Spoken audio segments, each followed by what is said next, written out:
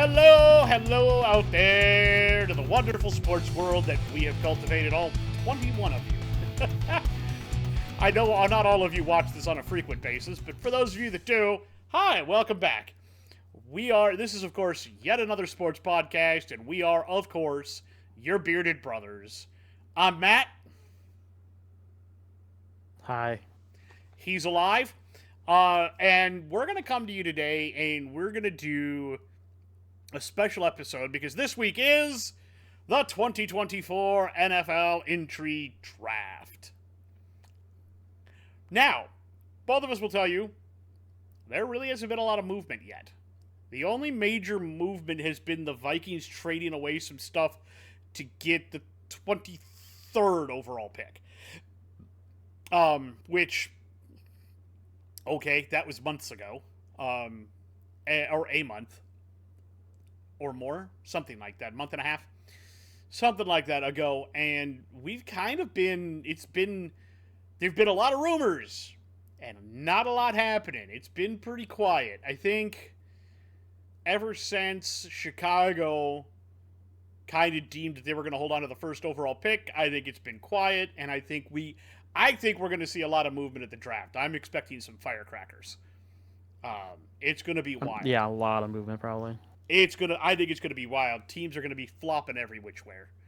Oh yeah. Because there are some teams that need specific things, but if you take them where they're at, it's a reach. Yeah. Exactly. But those same players. Are there going to be some teams who need to get a player, but they're too far up, or they're too far down from where they want the player, so they have to move up to get the player that they want. Yeah. But before we do that, couple of things we need to address. First off, Matt Ryan officially retired today. He has said, no more. I am officially done. Done. So farewell to you, Matt Ryan. We do appreciate you and everything you did for the sport. We hope that... I don't know if he'll ever make the Hall of Fame.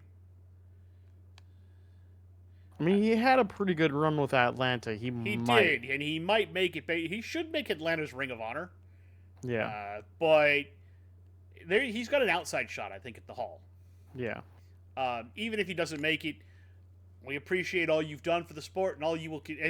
As the guy from the Hall of Fame says, we appreciate everything you've done for the sport and all you will continue to do for the sport. Mm-hmm. With that being said, there was another football-related piece of news that I was going to talk about, and I don't remember what it was now. I told you right before we went on the air, too. Man. I don't remember. I don't remember either. Anyway, doesn't matter anymore, I guess. If I can't remember it, who gives a crap? Did a trade happen? I mean, outside of the stuff on Diggs one, no. No, I don't think so. No, I don't think so. Anyway, don't think it matters then. What I'll come out and say, though, is make a chuckle. In the NHL, there are a couple of things that have happened. First off, the Wild have re-signed Marc-Andre Fleury, their goalie, to a one-year extension. He's getting a little older. He's 38. So he should be 39, 40 by the time that deal is finished. Yep. And he'll probably be retiring. I'm pretty sure we're getting to the end of his cycle as a goalie. Apparently, he really likes his time in Minnesota. He thinks it's a class organization. So he's kind of happy there. Outside of that, news broke earlier today that the Buffalo Sabres have found their new head coach. It is their old head coach. They have rehired Lindy Ruff, whom they fired in 2013. By the way, the last time the Sabres made the Stanley Cup playoffs was under Lindy Ruff. In fact, in 98-99, they went all the way to the Stanley Cup Finals against the Dallas Stars, where they would lose 4-2. That's the infamous, if anybody knows what I'm talking about, the infamous Hull in the crease moment. So, but yeah, those are big ones. The only other rumor that I'm hearing is that it does sound like an extension is in place for Justin Jefferson. Like they've got the basic framework all nailed out now. Be nice to have that done before the draft, but at this point, I'm not convinced that's going to happen. I'm on the same boat, but it sounds like they've got the basic framework of what it's going to look like nailed out, and now they're just down to the nitty-gritty language. And it just makes me uncomfortable because there's going to be so many people who are being like, well, because the extension hasn't happened yet, he could be still traded in the draft. We're hearing that no matter what. We're also hearing it about... yeah, but with the extension, at least that would shut up most people, because most people would be like, oh, okay, well... Yeah, we're also hearing that about what's the offensive tackle. Yeah, my brain is shot on that too. No. But it's the one that's good. Both of them are good. In fact, our tackles are probably the best part of our offensive line. Yeah. I believe it's our left tackle. I don't know the difference. I couldn't tell you which one's which, but... Hold on. DRAAAAAAFT. Oh, yeah. DRAAAAAAFT. There's rumors that we might trade him, which I would not want to do that unless it's no, that'd be silly. I mean, unless it's obvious, because I think his contract is coming up too. Unless it's obvious we're not going to be able to pay him, then yeah, I get what you're saying. Get something for him. I don't like the idea, but sometimes you got to do what you got to do, right? All right. At any rate, that's everything I can remember that I wanted to talk about. Do you have anything you wanted to talk about? Nope. The only other thing I'm going to say is Angel Hernandez sucks. Oh, yes. And it's... All right, so I actually heard somebody explain it in a way that I like it. It's because if his strike zone were consistent, even if it were off, you can adjust to that as a pitcher and a player. The problem is, one day it's so many inches off this side of the plate, and the next day it's something called something over the middle can get called a ball. Because his strike zone is never the same twice. That's his problem, is that his strike zone is an amorphous blob. Like, I've seen bad umps, but if they have a consistent strike zone, it's manageable. You can work with it. The problem with Angel Hernandez's strike zone is it's not consistent, it's everywhere all the time, and you never know what it's going to be. And it can change mid-inning. Just because he's calling that a ball now doesn't mean that next batter up he's going to still call that a ball, or he's going to call it a strike. You don't know what he's going to call. It's like, I'm just going to do whatever I want to do. I don't care.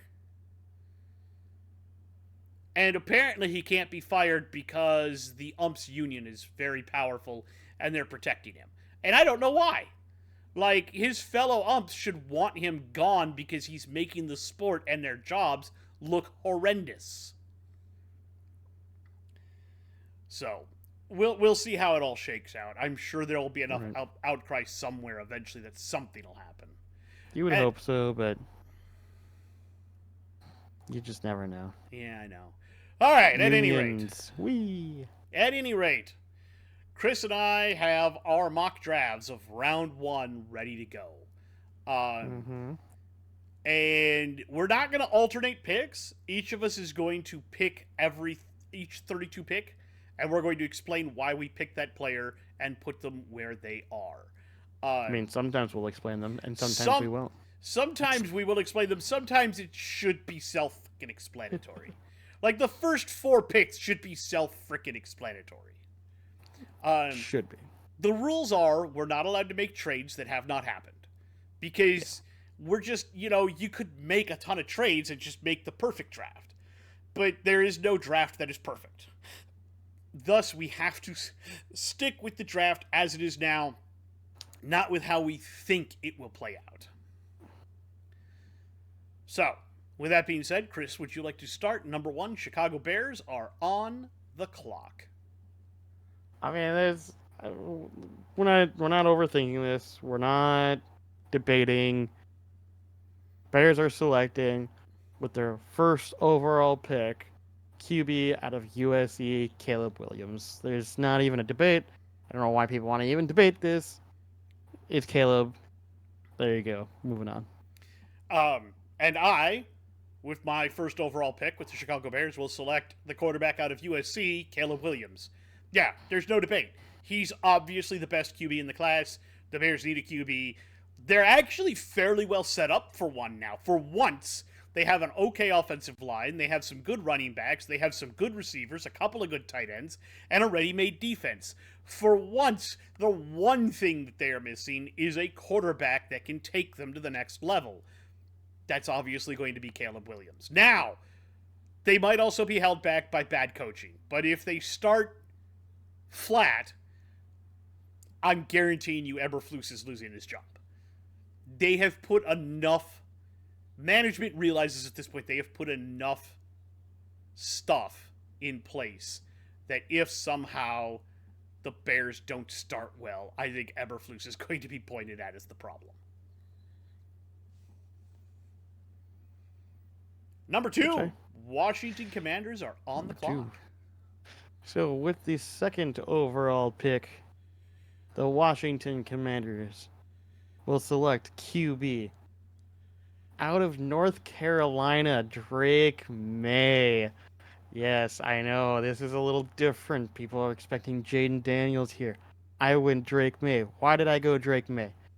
I think Drake May's a more ready prospect. I think Commanders want a QB to play right now, not maybe a little bit from now. I think they want to go bang bang, let's go, let's play, let's have fun. Don't get me wrong, I think Jaden Daniels makes sense going also to Washington. You can flip these picks.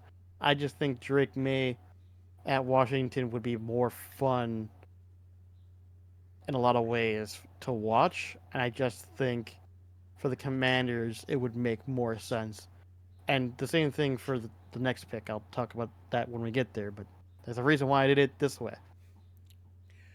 Um, the Washington Commanders, with their second overall pick on my draft, will take the quarterback from Louisiana State University, Jaden Daniels.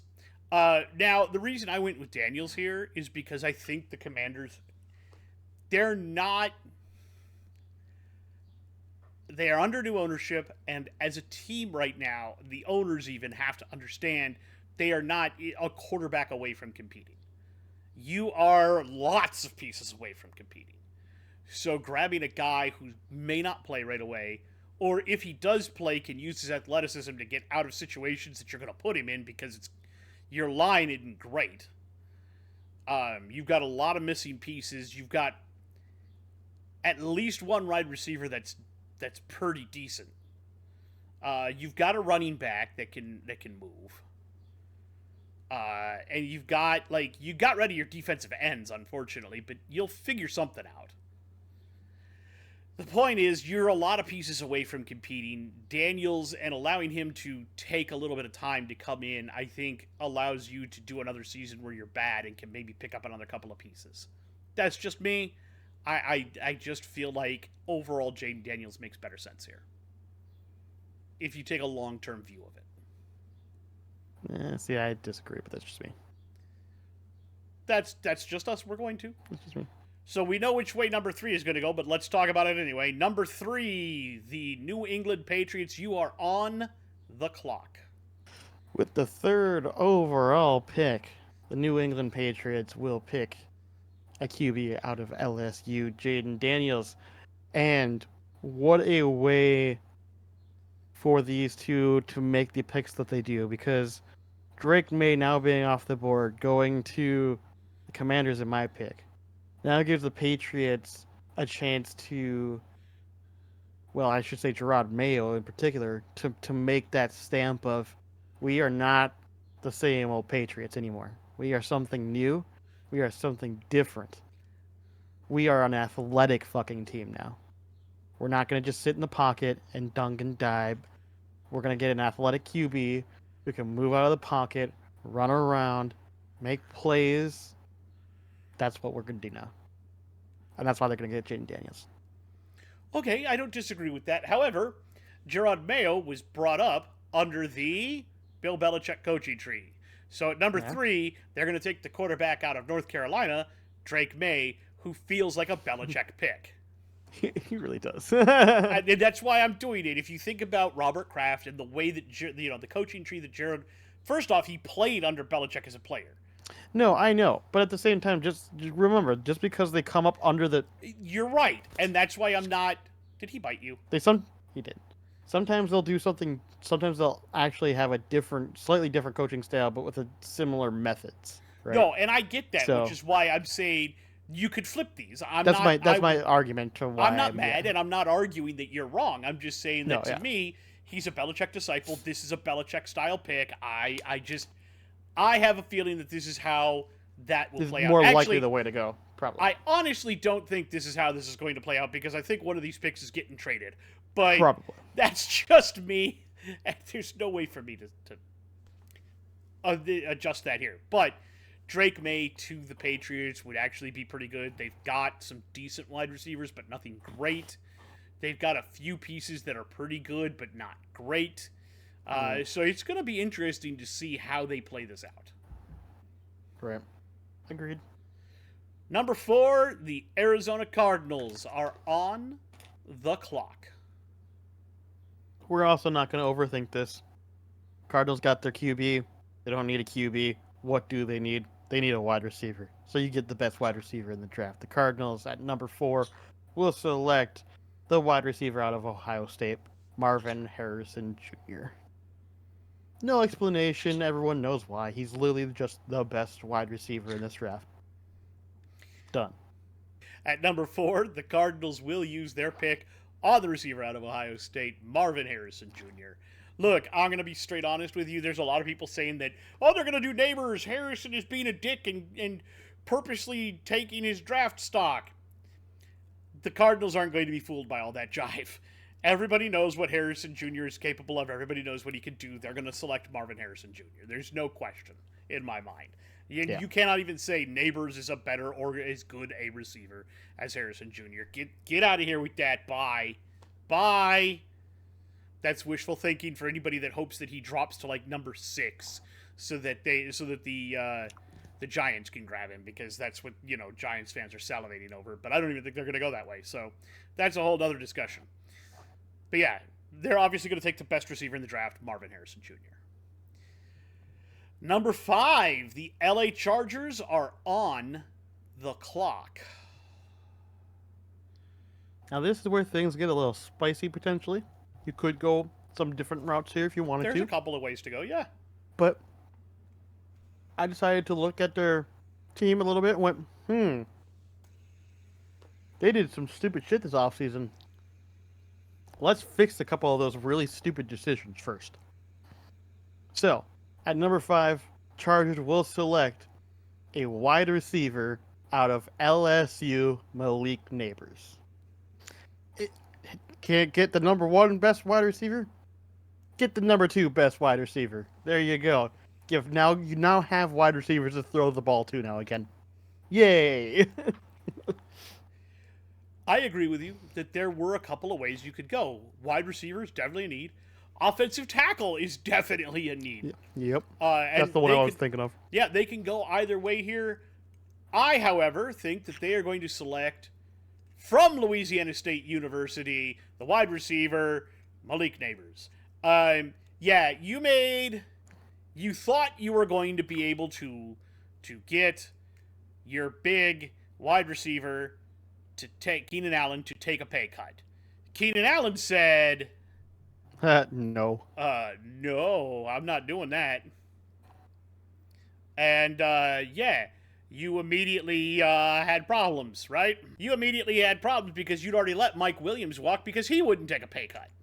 Mm-hmm. And it also had a couple of serious injuries. But you thought you were going to be able to hold on to Keenan Allen. Yep. Guess what you didn't do? Hold on to Keenan Allen. You wound up having to trade him for next to nothing. Yep. So that leaves you with, what's his name? Palmer and Mitchell?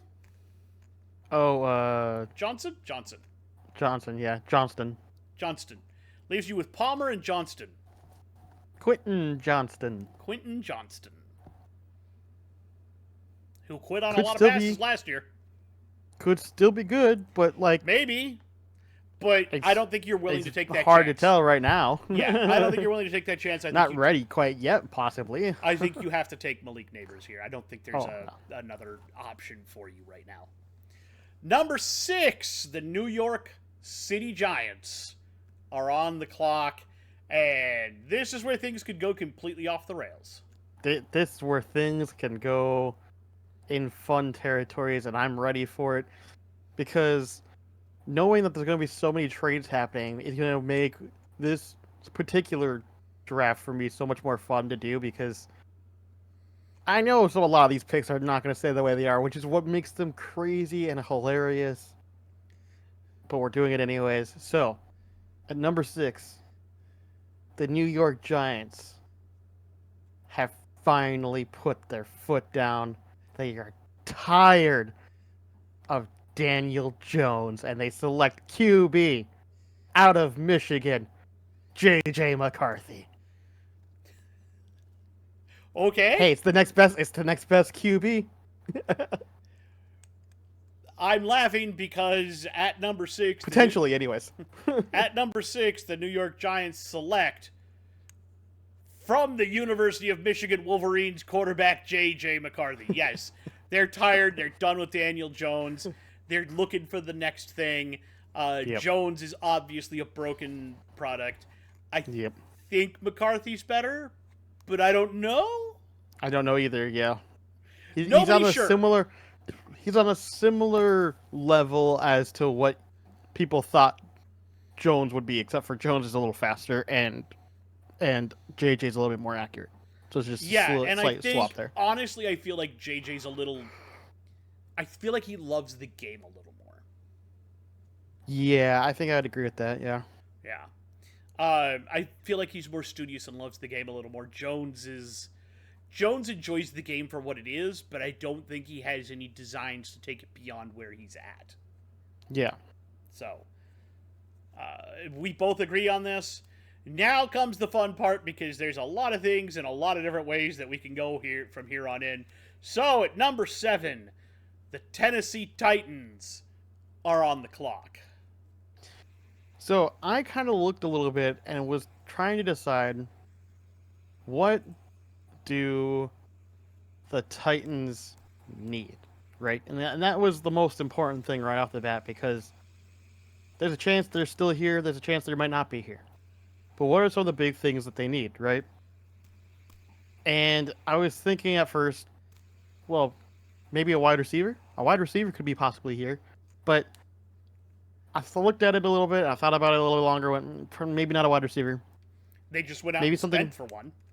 Exactly. Maybe not a wide receiver. You spent for one. You could still get one in the draft. Hopkins. But I don't think you need to. Maybe something on the defense, like a linebacker, cornerback. Maybe. I mean, those are some needs. You could go with those options. But instead, I saw another hole in their offensive line in particular. So I decided that with the 7th overall pick, the Titans would select offensive tackle out of Notre Dame, Joe Alt. Yeah, that's a good pick. Yeah. I just figured. I was gonna say I figured that if you got an offensive line issues, you plug in literally the best offensive lineman in the draft. There you go. You've now solved a lot of issues with a whole lot of problems on your offensive line. Actually, I agree with you 100%. I kind of like that. The funny thing is, I identified the same key issue that they had an offensive line problem, and I think if you can protect the Mayo Man, I think he could be a really good QB for you. Yep. And considering Protect you've got both, you got Calvin Ridley now, and you've still got D-Hop, who probably still has some legs in him. If you're not having to quick throw everything because the defense is coming down your throat. Maybe you get a little more time. So, with the 7th overall pick, the Titans will select the tackle out of Notre Dame, Joe Alt. I mean, it's a no-brainer. It's a no-brainer. You obviously felt you had offensive line issues last year. You took a good tackle in Skorinski and you moved him inside to guard. Your guards look pretty good. Your center looks halfway decent. But both your tackles still suck. So shoring up at least one of the 2 tackles gives you 4 out of the 5 pieces on the line that are pretty damned good. I like it. I think this is the way they go. Yep. Number 8, the Atlanta Falcons are on the clock. So, Falcons here. Another thing, why not stay at this pick? There's a chance they move out of this pick, actually. But, maybe they don't. So let's take a look at what they need. Well, first off, you could look at it and go, they obviously don't need a QB anymore. They got their QB. I think they overspent him, but they got a QB at least. They now have a QB who can throw the ball. But who is he throwing to? Well, we got their tight end in Kyle Pitts. That's good. Don't need a tight end. Who do we have for wide receivers? Okay, we got Drake London, right? Pretty good. Rondale Moore. Maybe who's their second? Rondale Moore. Rondale Moore. Okay. Rondale Moore. Now who's their third? Probably Van Jones. Okay. Or Van Jefferson, or whatever his name is. You could potentially upgrade and get. Oh, you mean Oh, I know what you're talking about now. Okay. So you could potentially go out get either a potentially better second, or a third wide receiver, but maybe not this spot. This might be too high to potentially do something like that. So then I decided, let's look at the defense. We got a lot of options on the defense. We got safeties, defensive line, corner. But I think edge makes the most sense. Let's really beef up that edge. Let's really give them something, give their defense a little bit more pop, right? So, I did what made the most sense then, in that case, is give them the best edge that you can, which is, at 8, Falcons select out of UCLA. Layatu Latu. Okay. Yeah, no, that makes some sense. They do have some defensive issues, and I will say that an edge would suit them quite well. I mean, obviously we've already covered Latu. Latu, he is a monster coming in off that edge. He really is. Out of And UCLA. I also like him because he also kind of like, they don't necessarily need linebackers, but he also kind of fills a little bit of that need as well. And he gets some interceptions and he looks decent at it. I'm not actually mad by that. However, I looked at it and I came away with something else that I feel like they needed more.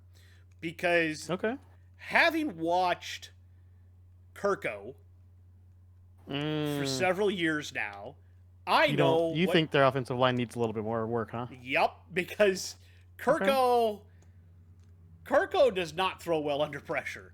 And they do have a tackle problem. They've got one that's good. The other one, not so great. So, I decided that I'm going to plug that lineup. And they are going to take, out of Penn State, the tackle, Olu Fashanu. Okay. So, I figure I'm going to protect Cousins the best that I can, give him a literal wall to throw behind so he can find Pitts, so he can find London, so he can find Moore, so he can find Bijan. Because Bijan can also catch out of the backfield. Fair. And I figure I'll worry about edge or defense somewhere further down the line. Honestly, I feel like they're going to trade out of this pick, try to get a couple of picks for it, but we'll see how they Probably. work Yeah, there's a good chance of that. That being said, number 9, the Chicago Bears, you are back on the clock. Bears. The Chicago Bears. So, I looked at the Chicago Bears. We obviously already got their QB need swiped off the board. Bam, Caleb Williams, you got your franchise QB. What else do you need? Well, how about let's give our QB another thing to throw to, because you can never have not enough things to throw to.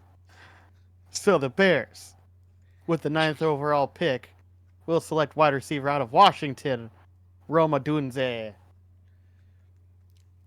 Okay. I don't think that's necessary. I think that's overkill. No, it Because is massively you overkill, only but have one ball. no, yeah, it's massively overkill, but I'm in the mode of, you know what? You might as well just go full firepower powerhouse. I don't like it, Enjoy. but that's just I me. love it. I I love it. understand what you're saying. I went a different way with this though because he's still sitting there right now. One of the problems that I feel like the Bears have had over the past couple of years, besides quarterback, is they've never been able to put they you saw it last year at the trade deadline. What did they do? They went out and they got an edge rusher, Montez Sweat. They went out and they tried to get rushers. They went out and they tried to put guys, in that position. So that is one of the areas I've identified that they're the weakest at, and they still kind of are. So let's fix that. The Bears will take, out of the University of California at Los Angeles, edge rusher Leitu Latu. I think that's a match made in heaven. I think that. See, I didn't have him on the board anymore. No, Those I you would still have could have actually gone gone with Dallas him. Turner though, but yeah. Yeah. Well, no, I could have, but I did at this. See, I was also weighing the player at the position too, and I I just get what didn't you're like saying. Yeah. picking him at This this point, spot. I didn't quite do that. I actually went with what does the team need, so what should they take here? See, I weighted it partially too by like, okay, would the team consider this too much of a reach for that player? And I went, yes, because there's another. I actually do believe the Bears could go with another wide receiver And and I'm not actually saying be you're beneficial. wrong, but also So, they look and- at it, they go, that's a third wide receiver compared to a top end edge rusher that we really need. So either way, it depends on how you look at it as the Bears. Yeah. That being said, number 10, the New York City Jets. You are on the clock. So, I thought about this for a second and went, what do the Jets really need? And you could argue they could get more offensive linemen because, I mean, yeah, that would help with a little bit. But the thing is, they already spent some money in the off season addressing some of their concerns. They did pick up 2 offensive tackles in particular. You might not think they're very good offensive tackles. That doesn't mean that they didn't address, if we have our stars going down, we have other people who could slot in and play. So you could go obviously offensive tackle. I totally get that. You could look at picking up a QB if you want to potentially mentor one here, but maybe this isn't the time to do it. Maybe you do, maybe you don't. I don't think you do though. You can hold off until the second round and still get something decent, I think. Mm-hmm. Tight end. They could go a tight end. Because who do they have right now as their tight end? It's like, is Conklin still there? Or did he finally leave? Don't know. I think Conklin was there last year, but I don't know if he's still even there. So, tight end maybe. They decide to go that way. And they don't even necessarily need wide receiver because, again, they also did address that by picking up Mike Williams. Mm-hmm. 100%. But maybe they decided to go for a wide receiver, a young one, so that they don't have to worry about one in the future. Plus, do the thing that Green Bay never did. Give Aaron Rodgers an actual wide receiver in the draft.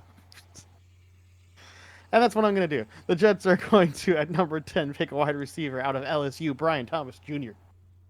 Because I think having another big, wide, just bomb speedster, I'm just going to rip down the field.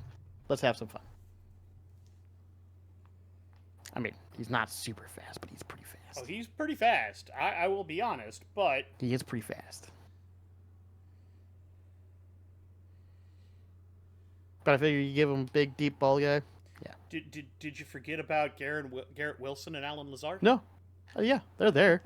But Garrett Wilson's your all-arounder, right? Alan Lazard's, I would argue, is at the point now where he's much more of your short to medium, good hands. And now you have your deep ball guy. And what's Mike Williams? Mike Williams will be alongside, basically, more or less, Garrett Wilson, more or less. They're going to play dual sides. So I'm saying that you get Brian Thomas Jr. specifically to play just the deep ball. Like he's not going to be on every single play kind of thing, you know? Yeah, that feels like a reach for that position, which is why I looked at It it. is a little bit, but at the same time, I didn't like picking anything else here either. So Well, I looked at it and I did find something here that I felt might help the Jets overall. Um, because I did identify the offensive line as something that I felt was a problem, even though they did sign a couple of tackles. I don't like the tackles they have starting. That's part of the problem. okay, well there you go then. Huh? I said, well then there you go then. And I also That's am where not we obviously huge on their disagreed. guards either. So I was like, what player do I have that could fill either role? Bing. So with the 10th overall pick, the New York Jets will take the tackle slash guard out of Alabama, J.C. Latham. Might be a little bit of a reach, but I don't think it's a big one. Again, if they move him inside to guard, I think he'll really excel. I think he'd play much better guard than a tackle. You pointed that out when we did our offensive breakdowns. I cannot disagree with that, and I feel like that would help protect Rodgers and open up running lanes for Breece Hall, which I think is the key things to do here. All right, now for the one where we're going to disagree vehemently, I'm sure. Number 11, the Minnesota Vikings are on the clock. What did you do with this? Because I have a feeling you did something stupid.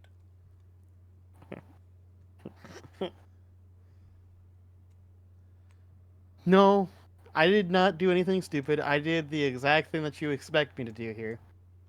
And I did the exact, and because I know the exact thing that you did here, which I could argue is something that I think is stupid, but you know that's just me. Just because like we I'm gonna do disagree the on thing. these particular players. Exactly. But the Vikings will select QB out of Oregon State, Bo Nix. Bam, there we go. No, and I'm not mad at that. Either one of these two players, Like, yeah. I think I would be happy with. I'm not going to be mad either. No, I'm not saying either one is necessarily bad, but it's very clear that these. Yeah. But I just feel like the way that I've heard the feelers being put out for the Vikings is they are going to take with number 11 if they stay there, the quarterback out of Washington, Michael Penix Jr. They have inundated him with a lot of stuff. It looks like that's the guy they really want, or at least a guy they really want if they can't move up to get someone like Drake May or Jaden Daniels. Yeah. But which I get. I just prefer. And I understand you prefer Knicks, and I'm not mad at that. I think there's something there that people are missing. So, but if they took Knicks and he turned out, and you know what? Okay, fine. Let's see what we can do with it. Yeah. But I like him. I like him better elsewhere. But I'm not saying that he's not a first rounder. And I'm not saying that he wouldn't be a great quarterback. So I went with Michael Penix Jr. You went with Knicks, but we both identified that they're going to select a quarterback here. Oh yeah, that's the key. Number 12. Denver Broncos are on the clock. Oh, that was what I was going to talk about after making a trade today. Oh, yeah. Because they traded a 6th-round pick for Zach Wilson and a 7th-round pick. That was a trade. I knew there was a trade. There was a trade. Crazy. Anyways, that was dumb. Let's move along. Broncos are also doing something very obvious. They're selecting a QB here. What QB are they selecting? The next best available one on my list. They'll take the QB out of Washington, Michael Penix Jr.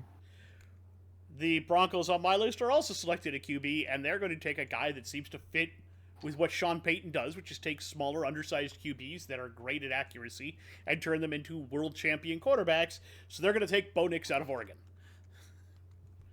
That's one of the reasons. I think he's got a bigger arm than you think he does, man. I'm not saying that he's got a bad arm at all. I don't like his deep ball, but I didn't like. I think it's better than you think it is. Hold on. I didn't like Drew Brees' deep ball, but what did he do? What did he do in friggin' New Orleans? He threw deep balls. The man was a monster. So I think if somebody's going to squeeze every ounce of talent out of somebody, out of a quarterback like that, it's going to be Sean Payton. I don't know, man. That's just me. I like him better on the Broncos. I guess we'll see. With that being said, number 13, the Las Vegas Raiders are on the clock. They are indeed. And I had to think about this and kind of look at what it is that they need left, right?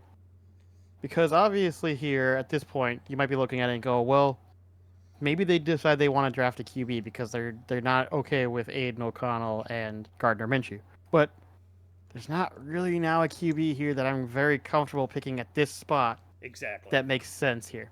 So if we take that out of the risk, now what do we have left? Okay, let's take a look at offensive line. If we can't get the QB, let's get the offensive line to protect the QBs that you got now. I think that makes sense. There are other options, like obviously they need a running back, right? They could go for running back here, but at the same time, I don't think one I would draft here. I don't think there's one I would draft at this spot here. It doesn't make sense. I think you could go defense, obviously. Linebacker, defensive line, corner. Also needs. You could go defense. It'd be fine. But I think if you can't get the QB you want to protect the QB you have. Give the QB more time. And that's where I'm going. So I'm giving them an offensive lineman. And I'm going to give them offensive tackle out of Penn State, Olu Fushanu. He's still there. The Raiders are going, okay, let's give Aiden or Gardner Minshew more time to throw, and then we'll survive that way versus having a great QB you can get the ball out very quickly. I don't disagree with that. Unfortunately, he is not available on my board. No, he is not. He is long gone. As is J.C. Latham, who I also feel like could go here as well. He could. Yes, he could have. If Fashanu went elsewhere, you could totally see Latham go here. Yes, However, I looked at it from a different side of the thing, which is, where do the Raiders play? Not Las Vegas, I mean division. In the AFC? The AFC what specifically? Well, they play with Kansas City and them. That's not West, right? That is West. Kansas That's City, West, yeah. the Chiefs, the Chargers. What's one thing that most of those teams have in common? Really great They have a good QBs, except Yep. for the Raiders. Yes. Yep. So I happen to like Aiden O'Connell. I think he is seriously underrated by people. I think he's probably one of the better play-action quarterbacks out there. I don't think he's that bad anyways either, no, but I would still kind of like the idea of still protecting him. But I don't say that's a bad thing, and yes, running back could be something they go with, but I think they're going to shore up their secondary to try to compete in that arms race a little bit. Yeah, I get that, yeah. So they are going to take the cornerback out of Toledo, Quinyon Mitchell. And I think that's far and away their best option on my board at this point. That makes sense. No, yeah, I get with that. all the quarterbacks being gone, and with most of the good offensive tackles being gone, at this point, Quinyon Mitchell, I think, is where they need to go. So, number 14, the New Orleans Saints. You are on the clock. This one's going to be fun to talk about. Because, listen, I may or may not have put somebody here who makes sense, but I may or may not have realized partway down my board that there were other things here that would have made far more sense that I gave to other people. Did I screw the Orleans Saints? I mean, maybe. Did I do it intentionally? Can't prove it. But this is where we're at. You could have just said, no, I'm just kind of an idiot. Well, to be fair, I am just a little bit of an idiot. But what I decided on right away off the New Orleans Saints is I looked at their team and went, what do they need the most? Trench work. Both offensive line and defensive line needs major, major work. Yes, you could give them an edge. That's still technically kind of on the line in a way. You could look at upgrading QB. Get it. Not really one here. You could look at wide receiver. Get it. Don't think that's really that big of a concern right now. To me, it just looks like line work in general makes sense one way or the other. Depends on which way you're going to go. I decided to do something a little steely and a little stupid, but I did it anyways, and I'm not turning back from it now. So the Saints, with the 14th overall pick, will select offensive guard out of Kansas State, Cooper Beebe. It's a little high for him, if you ask me. Now you understand what I'm saying. Yeah. I'm not going to lie to you. J.C. Latham is still on my board. this would made a lot more sense here. I actually went a different direction with this, and I tried to solve 2 problems with 1 pick. Oh, okay, fair enough. So, as you mentioned, they do need some offensive line work. Yes, They could also use another pair of hands to catch the ball. they could. I decided not to go that way, but I did say that it was an option for him. So I decided to solve both of those problems with 1 pick. Oh, okay, fair enough. And with the 14th overall pick, they will select the tight end out of Georgia, Brock Bowers. This is a dude.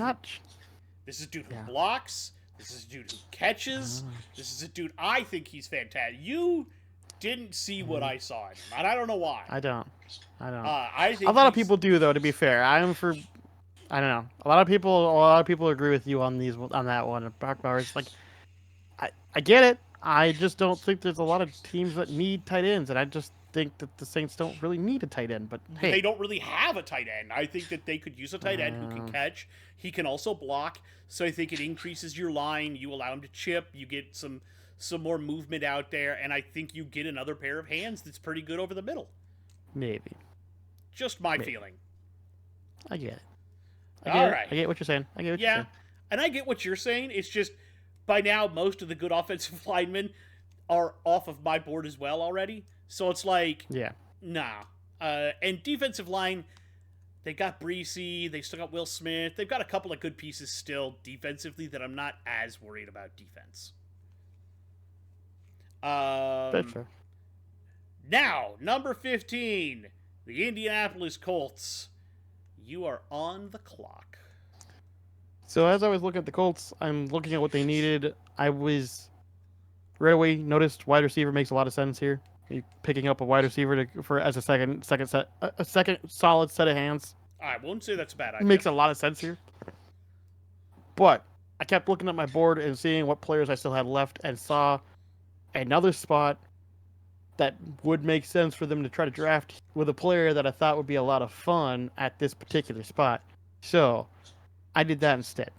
So the Indianapolis Colts, with the 15th overall pick, will select the cornerback out of Toledo, Quinion Mitchell. It's funny how close you and I were thinking about this particular team. Quinion Mitchell makes a lot of sense for them. But I found a different cornerback that I wanted to put here, and this is just my own proclivities. See, of course, you didn't have Quinion here. You already had him selected, which is why you couldn't put him here. Yeah, Quinion's already gone. Still had him. If I didn't have Quinion, I probably would have still put a corner here, and I think it's probably the next one that's on my list. No, it's not the one you're thinking. It's not? Okay. It's the one you're thinking that I shouldn't put here that I'm going no, you're doing it, aren't you? I am. So they don't just need a corner, they also need a safety. God damn it, you're doing that. I am totally doing that, and they are going to take the cornerback safety out of Iowa, Cooper DeJean. Let's go. Give him an athlete. Give him somebody that can really hit in the secondary. Give him somebody that can be a playmaker. I like it. Let's do it. That's doing it. It was either there or they were going to go to the Steelers. But they don't really need him on the Steelers, so it doesn't make any sense. I wish. So, yes, the Colts will select Cooper DeJean out of Iowa. Okay. I know you don't like it. You don't see in DeJean what I do. I love him. I think he's a great player. I think he's a good character guy, too. So, no, that's fine. I'm not mad. You are a little bit. Admit it. I'm not mad. Okay. I'm not mad. Number 15, the Seattle. I'm not mad. I did it. I told you I was going to do something stupid. You had your fun. Now I'm having mine. You gave Cooper Beebe to the Saints. I mean, to be fair, that was legitimately actually an accident. Well, I realized there was better options there, and I could have swapped it, and I was just like, you know what? I'm already this far in. I'm not swapping it now. Mine's legitimately on purpose. Anyway, exactly. Number 15, the Seattle Seahawks. You are on 16, you mean? 16. I'm sorry, I can't see. You're good. So, Seattle Seahawks. What do the Seattle Seahawks think they need? Or what do you think they need? Or what do I think that they need? It's probably more likely I should talk about what I think they need, since it's my turn to talk about. I agree with you. You should think about what you think they should think. So right away, I looked at it and went, offensive line, you can get guard, you can get center, you can get uh, tackle, like pretty much all across the board. I'm not a big fan of their offensive linemen. We can go ahead and just about you can just about slot in almost any one of those picks here, and they'd be better than what they have right now. Almost. Don't like their offensive line. Linebacker, totally a possible position you could go as well. I'm not a big fan of the pure linebackers that we have, but an edge would do well here because an edge could potentially solve both your edge problem and your linebacker problem. So I could go that way, but I decided I really, really detest this offensive line. I have to fix it. So, with the 16th overall pick, the Seattle Seahawks will do one of the smartest decisions they can possibly make and select the center out of Oregon, Jackson Powers Johnson. Get your franchise center so you don't ever have to worry about that for the next, hopefully, decade. I mean, I'm not mad at that. That's a good pick for them there. However, thinking in my head the way that I think, they just hired a defensive coordinator as their head coach. That's true. And That's what's true. one of the things that they have been trying and trying to fix The Legion of Boom. forever? Bring back those defensive corners. Well, they've got Tariq Woolen. They They do, got, but they could get better. What's They his could name? get- The other corner. The one they I just forget what the drafted other one last is, year. but they could get more help to help They basically could. during stamina issues So and stuff. they've always been looking for pass rushing and help on that line. No, that's and true. A little bit of help there. So I went ahead and gave them the best edge left available, at least in my opinion. And out of Alabama, they're going to take the edge, Dallas Turner. I think that's a great pick for them. Okay. He's very athletic, lots of speed, sideline to sideline, lots of fun. I think that defense that takes the defense to the next level, and I think they just become the Legion of Boom monster again. Especially if you get him with something like that head coach that was the defensive coordinator for the friggin' Ravens. Yes, please. Number 17. Jacksonville Jaguars. You are on the clock. So, I was looking at Jacksonville, and they could get obviously a wide receiver here to replace the fact that they now don't have Calvin Ridley because that was dumb to let go. Well done. I mean, he didn't super help them if you look at them compared No, to that's last true. year. That's true. That's true. But he was still helpful. Yes. I'm not saying he was bad. That never clicked. So they could go wide receiver. There are obviously positions on the defensive end, defensive side that they could go with, like an edge or a defensive tackle. Could always obviously upgrade their own offensive tackles. That's always an option, or guards even. Linemen are always useful. Like even having ones as backups just in case your starters get injured. It's always good to have those. But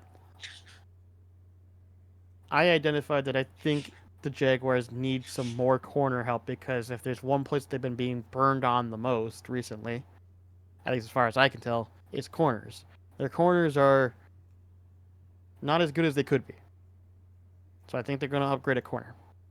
And they're going to pick the next best available corner.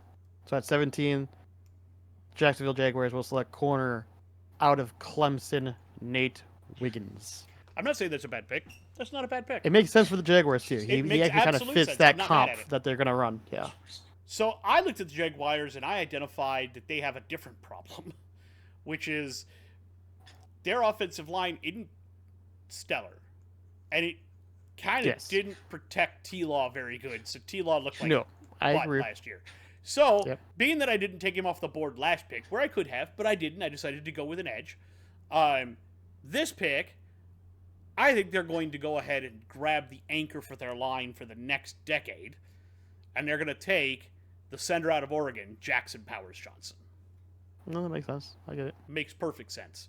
I think they now you've got your centerpiece and you build around that. Right. No, I get that. Number 18. I just did that earlier. Number 18. Cincinnati Bengals are on the clock. Yep. And with the Bengals, they kind of intrigued me a little bit because they kind of need a little bit of everything, but a little bit of nothing at the same time. Yes. Like they're not seriously hurting at any one position really badly, but they're not also like they don't exactly have a lot of depth either, right? I think that's the best way to put it. So I was looking at it and going, okay, they need depth at offensive tackle, they need depth at defensive tackle, they need depth at wide receiver, especially if things don't go well there. They need more depth at corner, guard, tight end, running back. Like, you kind of can go a little bit of everywhere. But I decided that if things decide to go south with T. Higgins, you might want to pick up another really good, reliable set of hands just in case. And I picked up, I think, a wide receiver that fits the mold of what they need because they don't need a wide receiver one. They already have Jamar Chase, and there isn't a wide receiver one available anymore in my position in my opinion, anyways. So I picked up the guy who I think has some of the best hands, short to medium. So the Bengals will select at number 18 wide receiver out of Georgia, Lad McConkey. Okay. Not mad at that. Not mad at that. I, on the other hand, think that's a little bit of a reach considering some of the other talents on the board. A little bit. But I also I've also rated him as one of the best hands available outside of the studs that have already gone off the board. However, at this point for me, I identified them needing something else, especially to try to keep up in that quarterback-loaded AFC. One of the things I think they could use is a cornerback. Somebody to really help nail down their secondary. And luckily, I still have one of the best ones available. So at this slot, they're going to grab the quarterback out of Clemson, Nate Wiggins. See, I didn't have him available either anymore. You didn't. You did not. But I love him here. I think this is be a great spot for him. Yeah. This would be the Bengals would be overjoyed to land him. Yeah, because he's not on my board anymore. The odds that they even have a chance of sniffing him is unlikely, to be honest. We'll see. Number 19, the Los Angeles Rams. You are on the clock. So, Rams. I did something a little interesting here. I think it's interesting here, anyways. Because I looked at them and went, what do they need? Defense, mostly. Offensive tackles, you could argue they need, which I would definitely agree with you. But it's more, I saw a lot more needs at defense than I saw at offense, put it that way. I saw corners. They could always do with more corners. Edges.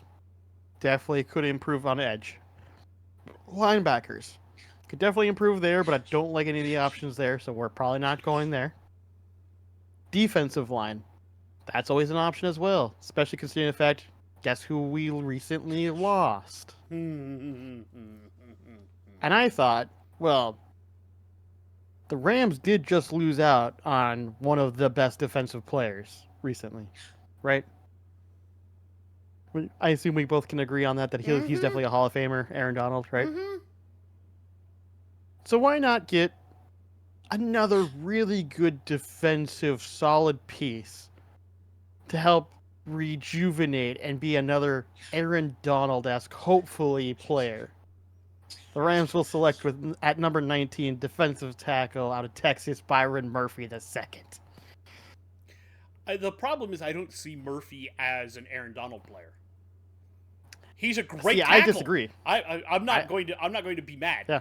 That's a great defensive tackle. Yeah. I just see him as more. I don't see him as much of a penetrator and nuisance as Donald was. I feel like he's a great run stopper. I feel like he's a great defensive tackle. I don't see him as that run stopper. But you and I had the same exact thoughts on this. And I feel like they're going to go with a guy who is a proven penetrator, who is an absolute nuisance to every quarterback in a backfield.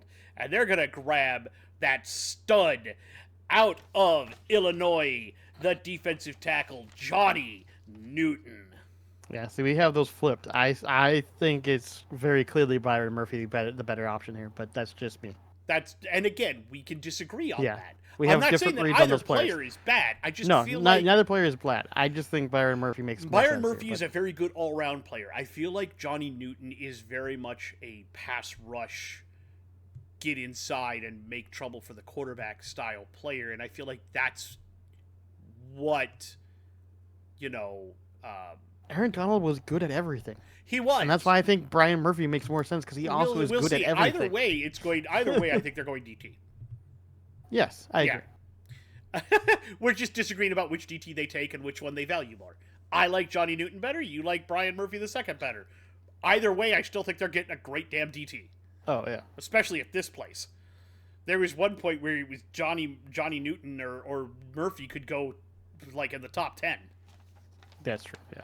So, all right, number 20, the Pittsburgh Steelers.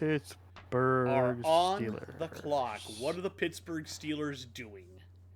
They're going to do something interesting. Because right off the bat, I realized, you know what this team needs? More than anything else, as far as I can tell? A wide receiver? We need to...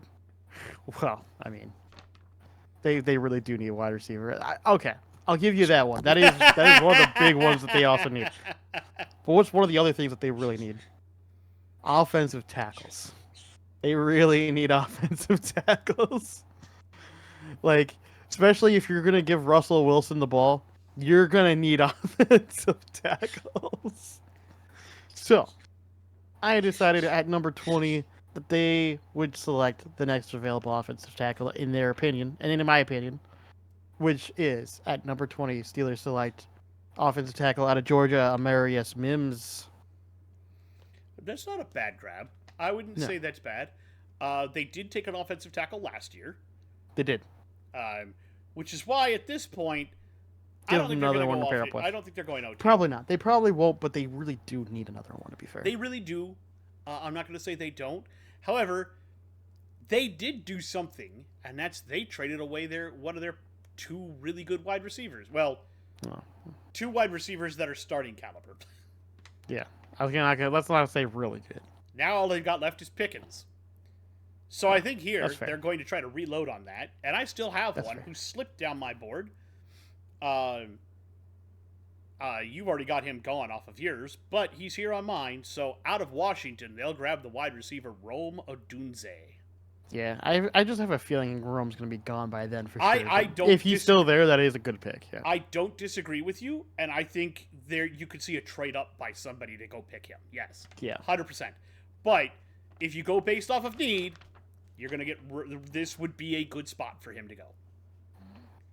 I don't know. I think he would have gone earlier. I think most of the guys that are going to be down here on me will, except a couple, are going to be long gone by the time. Oh, there's gonna be a couple in here that you're gonna look at that I imagine I'm gonna get a look from you like, what? Why? There's going to be a couple of that for me too. I've already gotten a couple of those, but I imagine I'm gonna get a couple more. Hey, you'll probably get a couple more from me. So, number 21, Miami Dolphins. You are on the clock. What weird crap did you do for the Dolphins? Well, see, I did something smart here. See, this is where I did the smart thing and went, what do the Miami Dolphins need? Offensive tackle and guard? Jesus Christ, I have somebody who fits that mold exactly.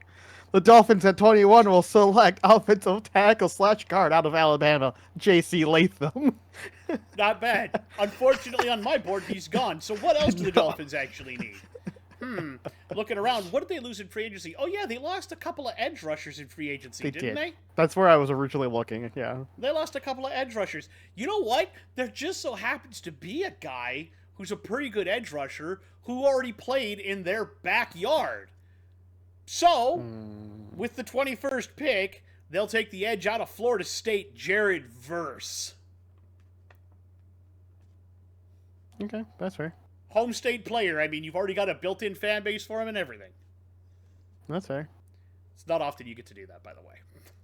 No, it doesn't. 22, Philadelphia Eagles. You are on the clock. So, what do... Well, we all know what they need. Do we? We should. What do they need? Tell me. Enlighten me. What do you think they need? Now you tell me what they need. Now I want to know what you think they need. Well, there was one position that they kept getting torched at all season long. Well, see, I think they need a corner. That's what I was thinking too. That's what I was saying. Because one of their corners, just Bradbury, kept getting torched all season long. Yeah. To be fair, they could have also gone linebacker. Linebackers were also a pretty decent need here too. But I did go with a corner here. I went with what I had as the next available that's best that I thought made sense here. And so the Eagles at 22 will select cornerback out of Alabama, Teron Arnold. Very nice. I also have the Eagles taking the cornerback out of Alabama, Terrion Arnold. That's hilarious. That's the one that's the one that we agree on again? What? Yeah. It's been so many picks since we've agreed even closely. And that's the one. That's the one. No, they do need a cornerback, though, because Bradbury got burned all season long, and the way it fell is just Arnold was the next best corner on my list. And I was like, bloop, there he goes. And it makes sense, and I think it really helps them overall. It does. It does. All right, number 23, Minnesota Vikings, you are back on the clock. What are the Vikings going to do here? Now, here's where I've done something that I'm going to get a look from you. Go ahead. Go ahead.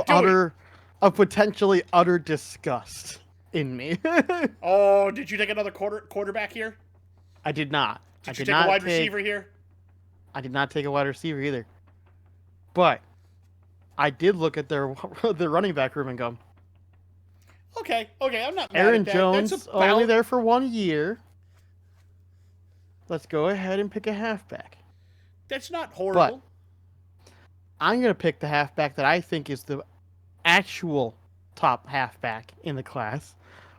That I think is actually the better halfback to go because he's not rated higher than than one of the other halfbacks in this class. And so I instead decided to select the halfback out of Florida State, Trey Benson, because I think he is amazing. I think so too, and I think that's a perfect... A lot of people have Jonathan Brooks over Trey Benson. Yes, but you could go either way, in my opinion. Yeah, I think Trey Benson so much I also better, like Benson a little better, but Brooks isn't a bad pick either. You went with Benson. That's not a bad pick. I agree with it 100%. In fact, he's not too much further down my board, to be completely honest with you. Fair enough. However, I looked at the Vikings, and I went a different direction with them. Yeah. Because one of the other things I looked at and I said, you know what they could really use? Defensive line. Because technically their defensive tackle is a converted defensive end, and I'd like to move him back out to defensive end. Okay.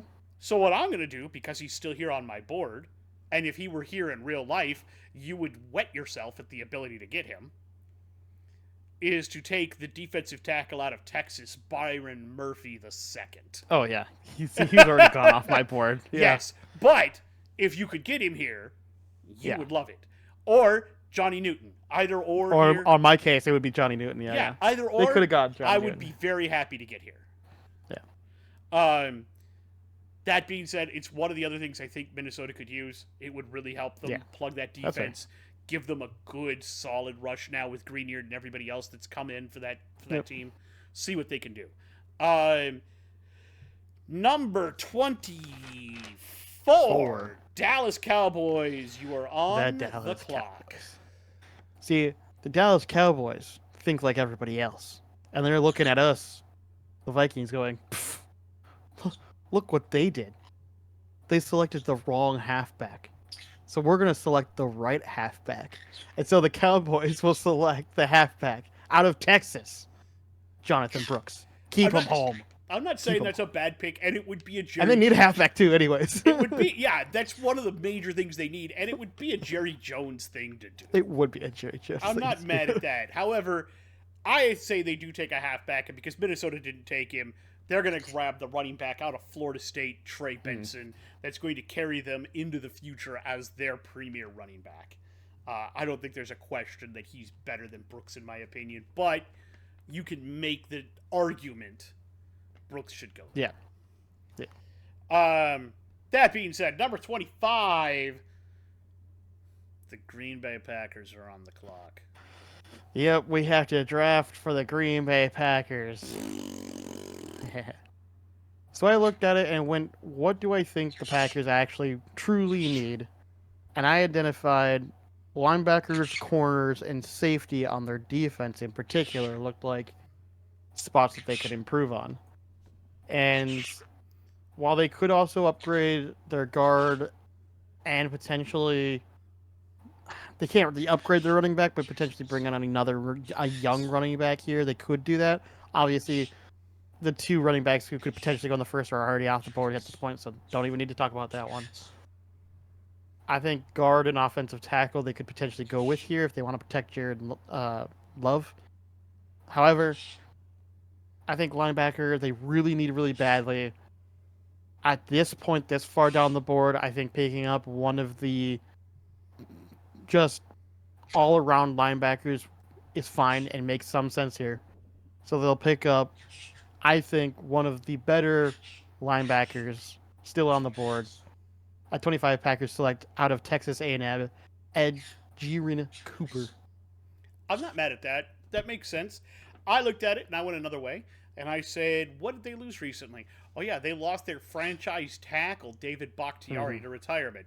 So I thought, Yep. you know what, let's go ahead and replace Bakhtiari. So at 25, I said, let's draft that tackle out of Washington, Troy Fuatanu. Huh, that's fair. Not bad.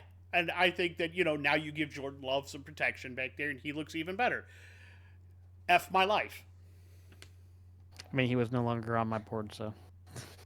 Yeah, he was on mine. Are you sure Yeah, he wasn't? no, it makes I sense. haven't heard Fuatanu come off your board yet. Fuatanu came off. Because Fashanu came off. Fuatanu. I could have sworn Fuatanu came off. Did he not come Nope, off yet? Mims has come off. Latham's come off. Oh, you're right. Fuatanu has not come off your board yet. You're right. I just realized he doesn't come off my board. Never mind. That's okay. There are some things. There's a lot of good players, yeah. Edger and Cooper did not come off my board in the first. Yeah, He could there's have, just a but lot he of did not. good. There's just a lot of good players. Yeah. Number 26. Tampa Bay Buccaneers. Tampa Bay Buccaneers. The Buccaneers. The Buccaneers. Okay, what do Tampa Bay need? I think Tampa Bay likely need and will look at defense. They could obviously go wide receiver because if they're worried about the short termness of their wide receivers, but I don't think they need to really worry about that right now. Not at I think this that's draft. something they can worry about later in other drafts. Exactly. Yeah. Running back, again, you could look at that, but already running backs are already gone for me, so I didn't really think about it even at all. You could look at offensive line a little bit, and I could understand where you might be like, could look at guard, could look at center. I think your center that's already a first rounder off the board already. Don't need to debate that. Guards, you do have some options with some tackle guards that are still available on my board. I wasn't really loving any of those options though, so I decided to stick with edge, and I went with the next best available edge that was still on the board. And if you got him here, like you brought up before, you'd be quite happy. So the Buccaneers will select the edge out of Alabama, Dallas Turner. Okay, I'm not mad at that. That's a decent grab. I did not identify edge as a need because I felt like especially once they started getting what's the guy with the double name? There was a guy that really came on strong for them last year at the end of the season in terms of pass rushing. However, there was a problem that they had. Why did they lose in that NFC game in the playoffs? What happened? They got torched through the air. So I feel like there's a better pick here for them. And I feel like what I'm going to do is give them the other cornerback from Alabama, Kool-Aid McKinstry. Okay. I feel like that helps a lot because it's, it helps upgrade your secondary, or it should, if McKinstry pans out. Number 27, Arizona Cardinals, welcome back. You are back on the clock. Back on the clock. So obviously we've already shored up wide receiver. both of us. Mm-hmm. So I looked at what else do they still need. I looked at defensive line, specifically around the defensive tackle area, and went, I think that they need some help there. And I have just the perfect person that they might decide that they want at this position. So, Cardinals at 27, more than happy to take the defensive tackle out of Illinois, Johnny Newton. Not a bad pick. Perfect. Especially at 27. At 27, that would be they would love that.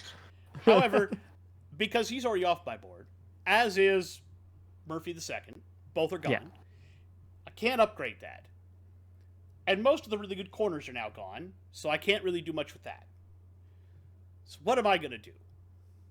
You know what? There is an area where they've been lacking, and it's edge rush. Their edge rush has been abysmal. It sucks. Luckily for them, there happens to be a very raw but very fun talent sitting right here with one of the best names in college football, in my opinion.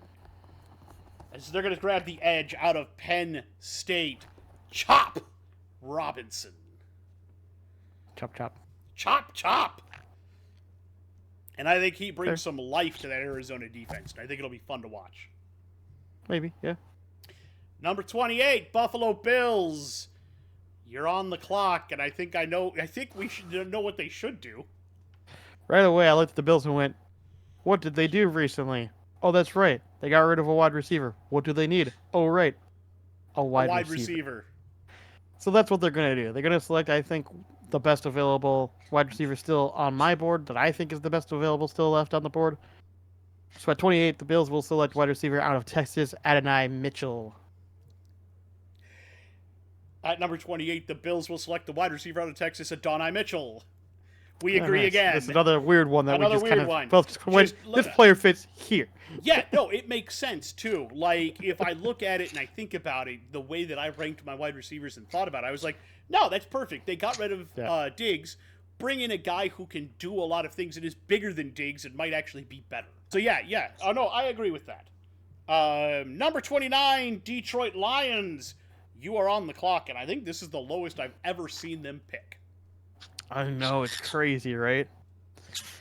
So I was looking at the Detroit Lions and kind of debating on what I wanted to do with them because I had a couple of options that I could take them because they weren't really like.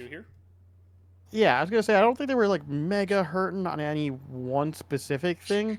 Like I noticed that you could pair up another edge with Aiden Hutchinson, right? You could give him another edge to work with, right? You could. Didn't go that way. I think that they could improve on corner, to be honest with you. I think their cornerback room is not as good as you'd want. Defensive line, you could as well, but I think that all the good defensive linemen at this point have already been more or less off the board at this point. So maybe you don't go that way. Wide receiver, maybe you want to give him another wide receiver out, alongside Amon-Ra St. Brown that's very consistent, right? A very consistent second. Yeah, I can see that. There's options there. You could, of course, go with an offensive tackle or a guard, give Jared Goff a little bit more time, but I kind of like their... line as well. I kind of like their line. It's not perfect, but it's pretty good. Mm-hmm. And you could, of course, go safety. Not that they really need safety, just it would be nice to have, right? So I decided, screw it. Let's cover two positions with one player, because I think that would be fun. And why not do it in a very fun way? The Lions at 29 will select the cornerback out of Iowa, Cooper DeJean. Well, considering the luck they've had with people out of Iowa. Exactly. I was thinking out of Iowa. On top of that, he stays close to home. He covers corner and safety. You know, it kind of makes some sense. It kind of makes some sense. I like that. That's a good one. Yeah. Kind of makes some sense. I also identified the Lions' weakest link, in my view, as cornerback. However, on my board, basically every corner is gone except one that could potentially be a first-rounder. And the Lions will nab him here, so they will grab the cornerback out of Missouri. Is that Missouri?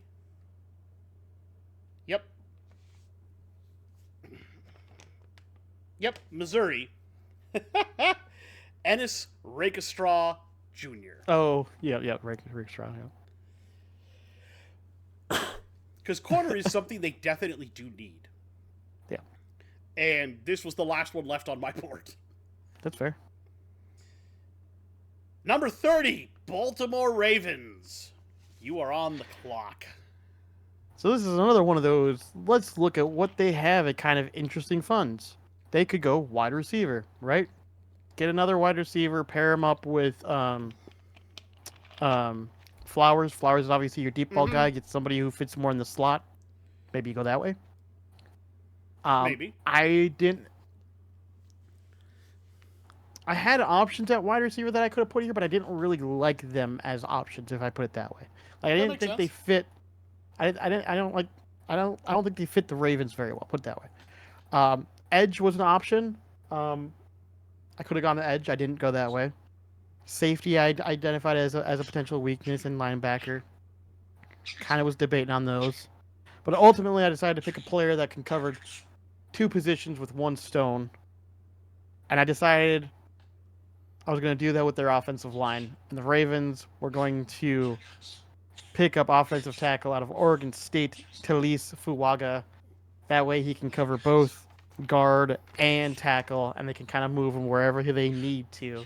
And I think that'll really help out that Ravens team a little bit more with a little bit for not just Derrick Henry, but also Lamar Jackson. So I went a different way. And I said, let's have some fun. Let's hypercharge this offense and give them another guy who can just absolutely tear the top off of a defense. And I went ahead and gave them the wide receiver out of LSU, Brian Thomas Jr. Oh, okay. That's right. And like I said, he doesn't really run routes, but he's going to run by you. And you get him and Zay Flowers, man, that's just mean. See, I didn't want to do that because like it feels like they're both too fast deep ball guys. It just feels Yeah, but I think weird to have Flowers two can of run them. routes too. We don't see a lot of him doing routes, but maybe, yeah. But I mean, with the especially with the arm strength you have at quarterback, Yeah. you might as well just get a guy who can take the top off. Two guys who can take the top off. How do you cover both of them? Yeah, I guess. All right, number 31, the San Francisco 49ers. You are on the clock. So I looked at the 49ers and went, tackle would make sense here. I'm not going to go that way, but it would make sense here. Edge would make sense here. A little bit. I didn't go that way. I instead decided it'd be really fun to do something a little different here. Little interesting. Let's fix their cornerbacks. Because their cornerbacks are good, but you can tell that the 49ers defense has always been front heavy versus back heavy, if that makes sense. They've always relied on a very aggressive, we're just going to put a lot of pressure on you. The cornerbacks don't have to be amazing because we're going to be constantly putting pressure on your quarterback, so it doesn't matter. Well, what if we give them a really good cornerback or a pretty good cornerback just in case their defensive line isn't playing as well? So the 49ers will select the cornerback out of Alabama, Kool-Aid McKinstry. That's not bad. Sadly, he's no longer on my board. He's but on your board, yeah. I identified the back end as needing some help. In fact, they're mostly a BPA team at this point. Yeah. However, there is a guy who fits both of those needs, who is still sitting on my board. So I am going to give them back end help in the form of the safety from Minnesota, Tyler Nubin. Yeah, that's fair.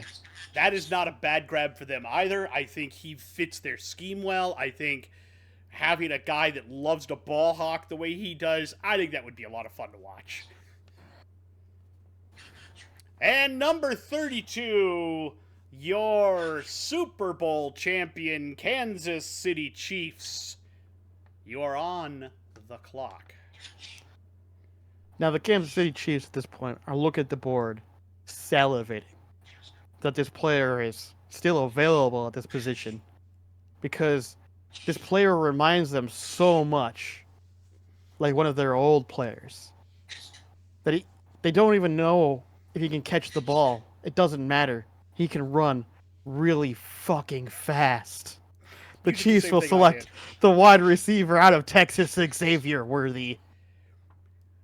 I didn't exactly think of it like that, but I thought, we have a problem here. Rashee Rice, who was one of our better receivers last year, may not play this year because he may be in jail.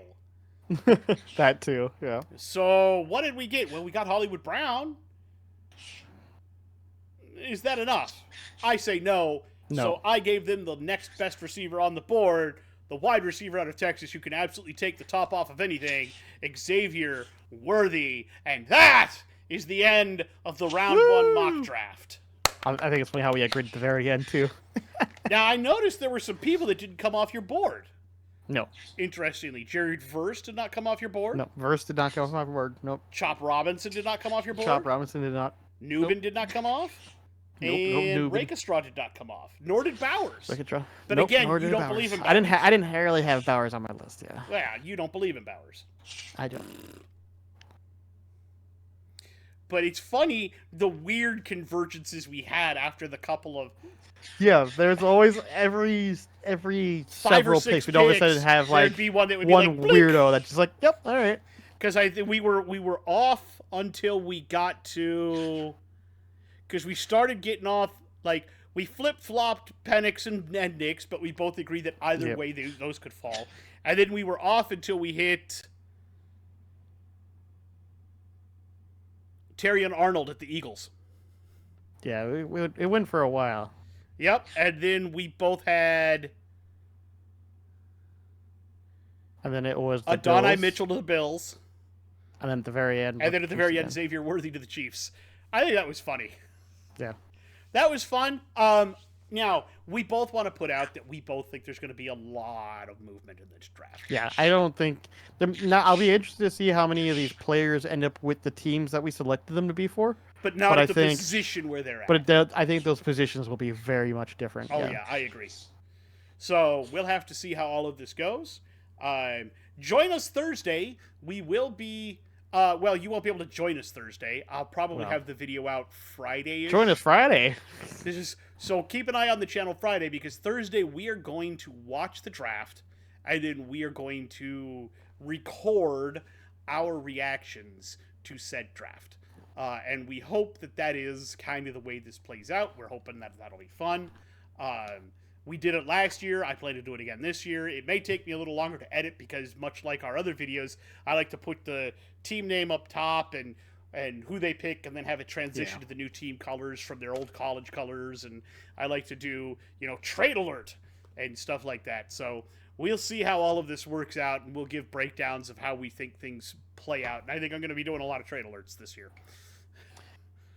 I imagine there's going to be a lot of trades this year, yeah. So, with that being said, thank you for joining us for our mock draft. Thank you for sitting through and listening to all of us do this weird crap. We appreciate it. We hope that everybody accomplished what they wanted to over the last week. We hope that you whatever you did, put your mind to it. You can do it. You can agree with it. You can get it done. We will see you all later this week for the draft. Till then, hope that all of you have a great time. Stay bearded.